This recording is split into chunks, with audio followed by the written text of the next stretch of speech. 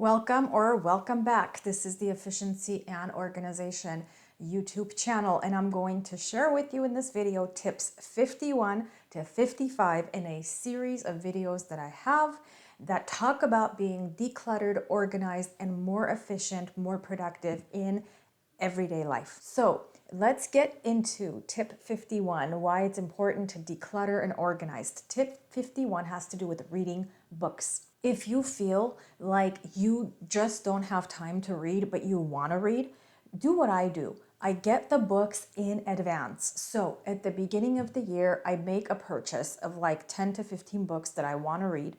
And then I start to tackle them one by one. Now, in order not to accumulate too many books in the house, as much as you'd like to keep them, it does create clutters. What you want to do is keep them in like one organized place. And if you run out of room in that organized place, you have to get rid of them. Start to look at which ones you can donate. Don't throw them away, obviously, but if you donate them, think of it this way: you're helping somebody else. Tip 52, create a folder for all your upcoming bills. I have my folder, it's yellow, looks something like this, and it's a checklist, and that way I know which bills are due to arrive, and as soon as I pay them, I check them off. Because see, what happens is if you miss a payment, you can't tell the company, well, I never got it. You just can't do. They send it. They want you to pay the bills. So they send it. It's your job to make sure that you pay it. If the mailman didn't deliver it, unfortunately that happens, and that's not their fault. It's your fault. That's just the way it is. So that did happen to me with the car payment one time, and that's what did it. I think it was in 2004. Ever since then, I was like, I'm not having this happen again. I cannot let my credit score get ruined by a missed payment or a late payment. So ever since then, I made a checklist of all the bills I'm supposed to pay, the due dates, and that's what I use. Tip 53, have gift cards already purchased and have some holiday or event cards already purchased and saved in a folder. So maybe for anniversaries, maybe for sympathy, maybe for birthdays, just have some cards handy. Thank you cards, possibly. The cards that you give like typically.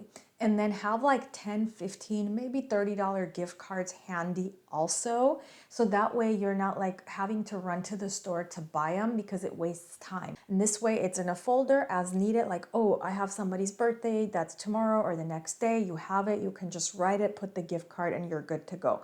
Getting gift cards for places like Target, places like Amazon is always good because almost everyone uses those. So you won't harm yourself if you buy those gift cards and just have them on stock at home. And tip 55 is probably my favorite in this video, which has to do with setting deadlines. If you know yourself, you know you're the kind of person who takes too long to make decisions, like what color dress to wear for an Easter party, or what kind of drapes to get for your windows and such.